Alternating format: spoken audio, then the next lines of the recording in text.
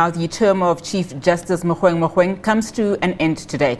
He has received widespread praise for his defense of the judiciary during the years of state capture, but also received some criticism for his sometimes overt religious comments in public. He became a constitutional court judge in 2009 and was nominated for the position of Chief Justice by former President Jacob Zuma in 2011. Mogoeng will not only retire as Chief Justice, but his 12-year non-renewable term as a Constitutional Court Justice also comes to an end. The outgoing Chief Justice leaves office with an unresolved matter over his religious views. This relates to the pro-Israeli comments he made at a webinar hosted by an Israeli newspaper last year. It led to a complaint being laid against him by the South African Boycott, Divestment, Sanctions Coalition.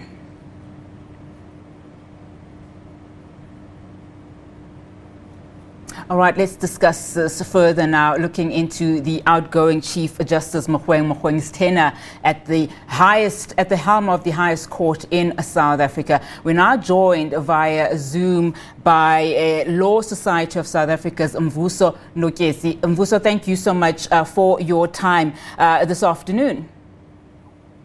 Thank you very much for having me, and good afternoon.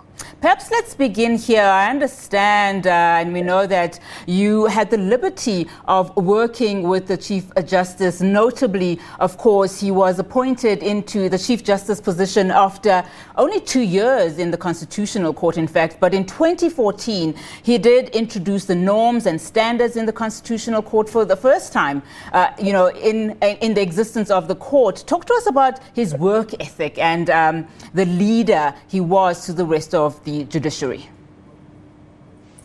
Well, thank you very much. Firstly, I must say Chief Justice Mogoeng Mogoeng was a great leader, a very true character who stick to his principle. One would recall that when he was interviewed for the position of the Chief Justice, he was interviewed for 72 hours by the JSC. There was a lot of criticisms leveled against him, and some suggesting that he might be captured, he might be positioned by the former president. Lo and behold, he proved everyone wrong. The first thing that he did was to structure the manner in which the Judicial Service Commission interviews are conducted. It came with him that the interviews should be limited to 30, 40 minutes, so that no other person, no other candidate is subjected to the kind of interviews that he himself suffered. That's great leadership, because once, if it was somebody else, he would take that as a form of revenge on what has happened to him. That's leadership in the first place. Secondly, only during Chief Justice Mogoeng's term that we see such an entrenched judicial accountability, the enforcement of the norms and standards. Everyone now knows that judgments must be delivered within reasonable times, and in 3 months, practitioners in public can expect to be informed when is their judgment coming, why they cannot come. That is Chief Justice Mogoeng. Thirdly, there is a solid foundation for our judiciary. I mean, you can see in each and every year when he would release a statement on the state of the judiciary, their cases, and what has been done. That is Chief Justice Mogoeng. In terms of himself leading by example, that's what he has actually done.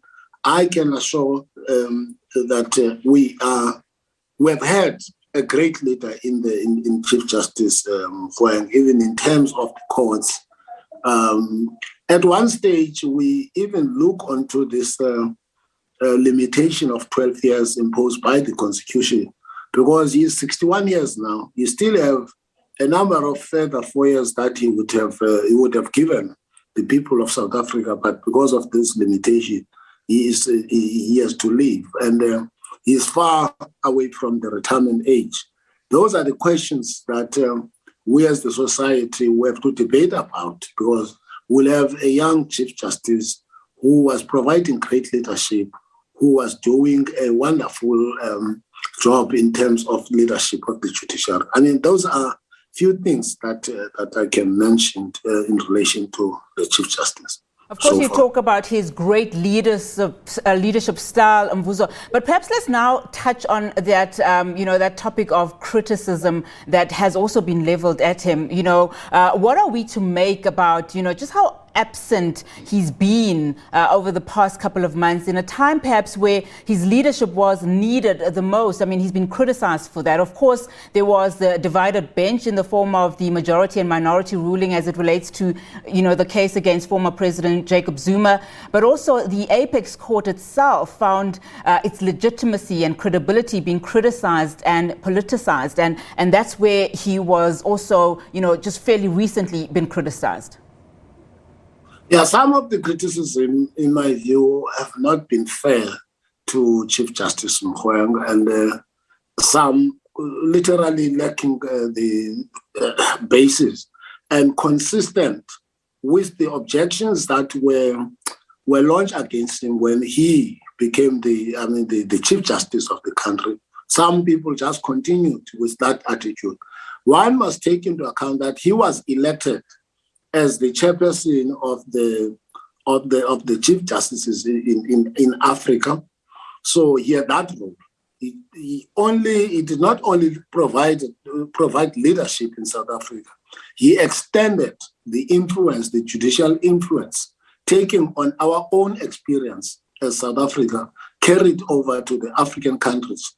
And also in terms of the changes that he brought about, in terms of what we all agree has been successful, norms and standards, judicial accountability. That is what he draw experience from other jurisdictions. And this is what has not happened that to this extent before him assuming that position. And that would mean he would not always be in this, in the Concord. I mean, it is an incident of performing his function as a leader of the judiciary in this country and as a leader of the judiciary within Africa, a position that he has assumed. As regards the issue of the lines between his religious belief and his role as a Chief Justice, I mean, this is an issue which puts to bear a question of how do we actually, to the extent to which we should be careful about our position and the beliefs that we have, because the incident of the statement he made is what really caused a problem. And one therefore has to draw that line, because as a Chief Justice, of course, we expected him at all times to avoid instances where his personal views would be confused with that of his position. I'd like us to discuss that further, just bringing in how his faith was seen to sometimes compromise some of his decisions. So if you just joined us, we're looking into the outgoing Chief Justice Mogoeng Mogoeng's tenure at the helm of the highest court in the land. And I'd like to now welcome Nicole Fritz from Freedom Under Law. Nicole, thank you so much for joining us this afternoon. Now, Chief Justice Mogoeng Mogoeng's legacy has been defined as mixed, complex and broad. By some was lauded for his improvements in the judiciary by some, including Mvuzo. Some have, of course, welcomed the end of his tenure. What legacy does Mogoeng Mogoeng leave for you? So I think, as you say, he leaves a mixed legacy. I think, as has already been alluded to, there were concerns at the time of his appointment. It seemed that he had been elevated above Justice Dikhan Moseneke, and there were fears, obviously, that he'd been leapfrogged over Judge Moseneke because he was seen as a more pliable, sympathetic judicial officer in respect to the executive. But, I think that his record proves that hasn't been borne out, that the judgments issued by the Constitutional Court under his leadership have demonstrated that the court, ruled against the executive with little hesitancy, sought to discipline it when it abused its powers. And that outside of the Constitutional Court, Chief Justice Mogoeng provided, leadership, fiercely protected the independence. I think about events relating to the former Sudanese president, Omar al-Bashir, when the executive there, in fact, did not comply with a court order. Chief Justice Mogoeng was, unhesitant in insisting on recognition of the independence of the judiciary and the fact that the executive must comply with its rulings. So in that respect, I think he certainly is to be commended and applauded. But similarly, I think particularly in the last couple of months, obviously his statements, which earned him complaints to the Judicial Service Commission relating to the Israeli-Palestinian conflict, and also around the vaccines debacle in the context of a public health crisis.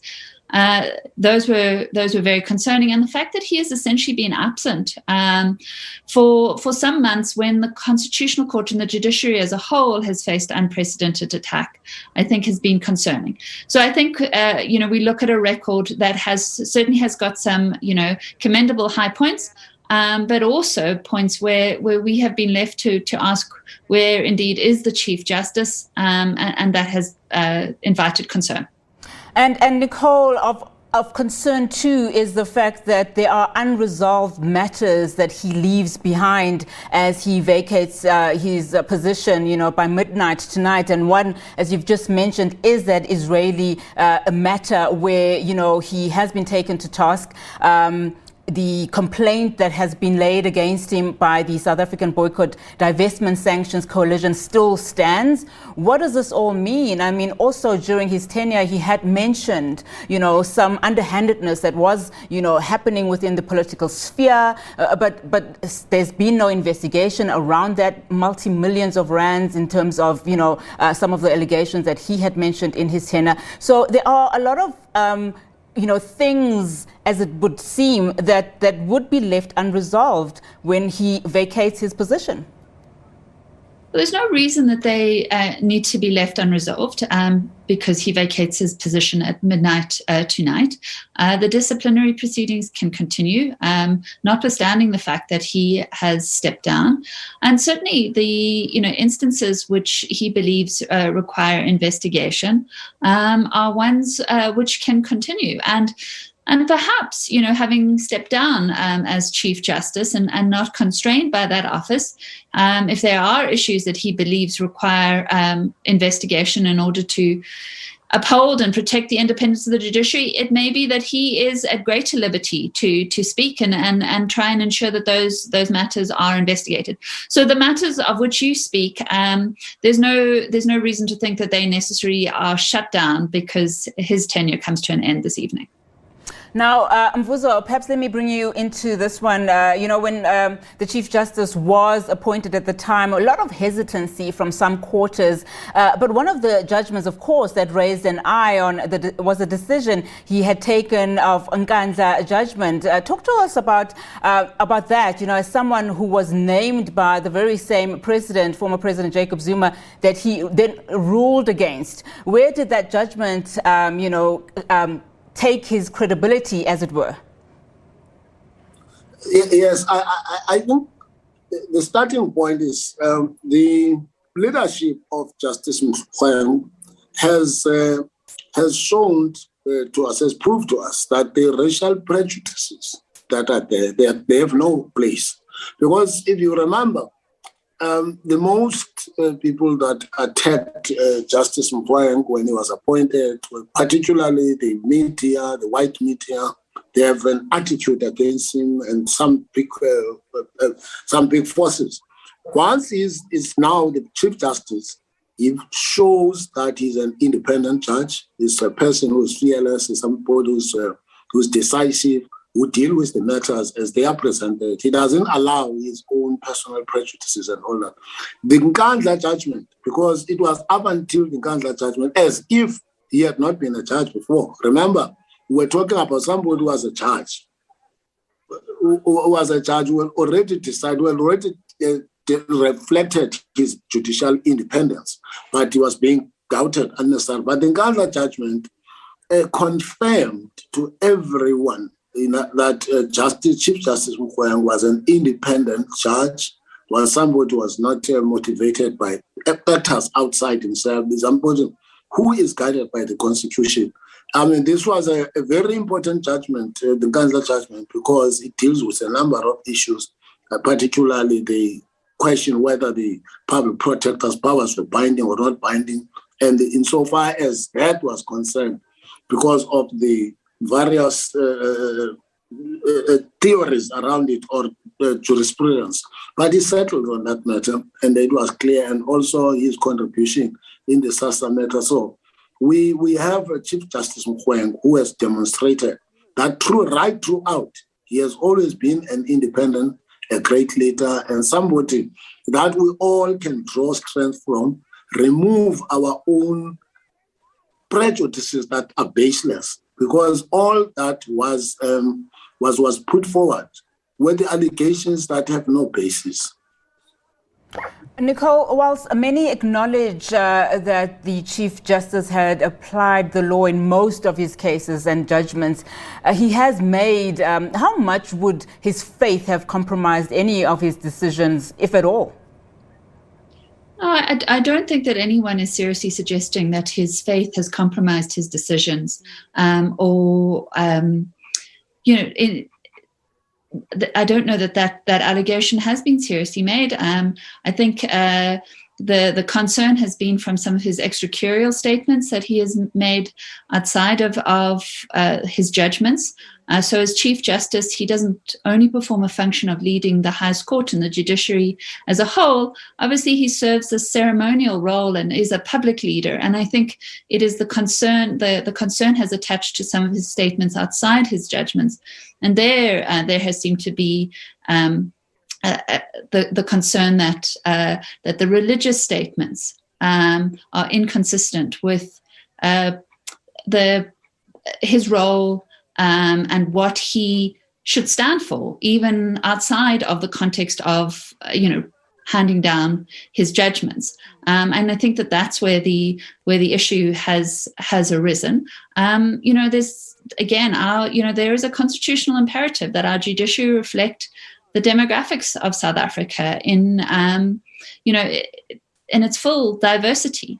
And of course, judicial officers should not be expected to not have, individual private belief systems. So that there's not necessarily any issue in them holding those views in private and the duties that they perform as Chief Justice. So I think that's important to stress. I'd like to close off this discussion by asking you both this question. Of course, there's a huge task ahead now for filling that chair of a Chief Justice. Mvuzo, perhaps let me start with you, since you are part of that process. What awaits the next Chief Justice? Yeah. Look, the next Chief Justice must be somebody who must intellectually... first of all, a Chief Justice is not somebody who lead from any space. It's somebody who must who must have the necessary intellectual judicial capacity to lead the judges of this country. That you can only do in terms of your own judgment writing. And that's what will unite even the judges in the Constitutional Court as the apex court, if the leader is able to intellectually provide leadership. That's what awaits the Chief Justice. And we have mentioned in few minutes ago that you will see a lot of dissent within the judgments of late. Of course, whilst judicial dissent is something that is welcome because it enriches the debate, but now you need an intellect that must be able to inspire the peers. That's what the next Chief Justice must do. Secondly, the next Chief Justice must be able to accelerate what the legacy that Chief Justice Mogoeng, the great and huge legacy that Chief Justice Mogoeng is leaving in terms of judicial accountability, in terms of transparency within the judicial. That's what the next Chief Justice must actually take and be able to carry on. And lastly, our expectation for the next Chief Justice is somebody who must consolidate and be able to defend the independence of the judicial. Independence of the judicial cannot only be seen from political action. It's not compromised by the statement that are made by politicians or some other public members from the public. It is what the judiciary itself is doing. That is, if judges are unable to hold themselves in a manner that demonstrates their judicial independence, that attacks their very same independence, like the issue of judgment, delivery of judgments within the reasonable time, the conduct of the judges, the judiciary being able to discipline itself. Then that's what the next Chief Justice must be able to bring together. Yeah. And actually, yes. All right, Yes, Nicole, same question, but perhaps with a little bit of a spin. I mean, already we've, hearing rumblings that, the Deputy Chief Justice is there. Does he make the cut if you had to look at the qualities that Mvuzo was talking about? Sure. I mean, there's some very fine candidates. And I want to just actually say one thing. As I said, Chief Justice Mogoeng has had many sort of commendable moments, but it mustn't be forgotten why his appointment was controversial, right? It wasn't, I don't think it's fair to say that the concerns were purely baseless and formed on the basis of prejudice. It was that he was leapfrogged. It seemed that he was leapfrogged over Chief Justice Dikhan Moseneke. And I think Chief Justice Moseneke was seen as this exemplary jurist in respect of whom, there would be full confidence in his ability to lead. And it's still, it is a travesty. It's inexplicable as to why he, in fact, was not chosen, given the fact that he had sat on the court, that he would be able to provide this kind of continuity. And I think it speaks to this process that now faces us, that actually we want clear criteria. Why is it that this person is going to be preferred over another candidate? And there are. Of that list, I think that there are several where you just have to shake your head and say it is inexplicable why they are on that list. But there are several very strong candidates on that list. And I think for the public's confidence, one needs to be very clear as to what the criteria are. And, kudos to the panel here. They have actually set out the criteria that they will be using in order to shortlist the candidates that they will hand to the president for him then to make that selection. So I think what we need here is a very transparent process. It is, about intellectual credibility and strength and ability to lead one's peers. It is about, embodying a transformational jurisprudential ethos, showing a lived commitment to socioeconomic transformation and to justice. It is about being a key manager, having administrative skills and logistical skills, because it's not just about running a court and handing down judgments. It's also about running the office of the Chief Justice and the judiciary and playing important roles on the Judicial Services Commission. So I think that there are a mix of Nicole and Mvuzo, thank you so much. Sorry, unfortunately, we have run out of time, but thank you so much for your analysis around this matter and also, giving clarity around the legacy that Chief Justice Mogoeng Mogoeng leaves behind. Thank you so much for your time to you both. And that was Nicole Fritz from Freedom Under Law, as well as the Vice President for Law Society of South Africa, Mvuzo Notyesi. All right, we'll be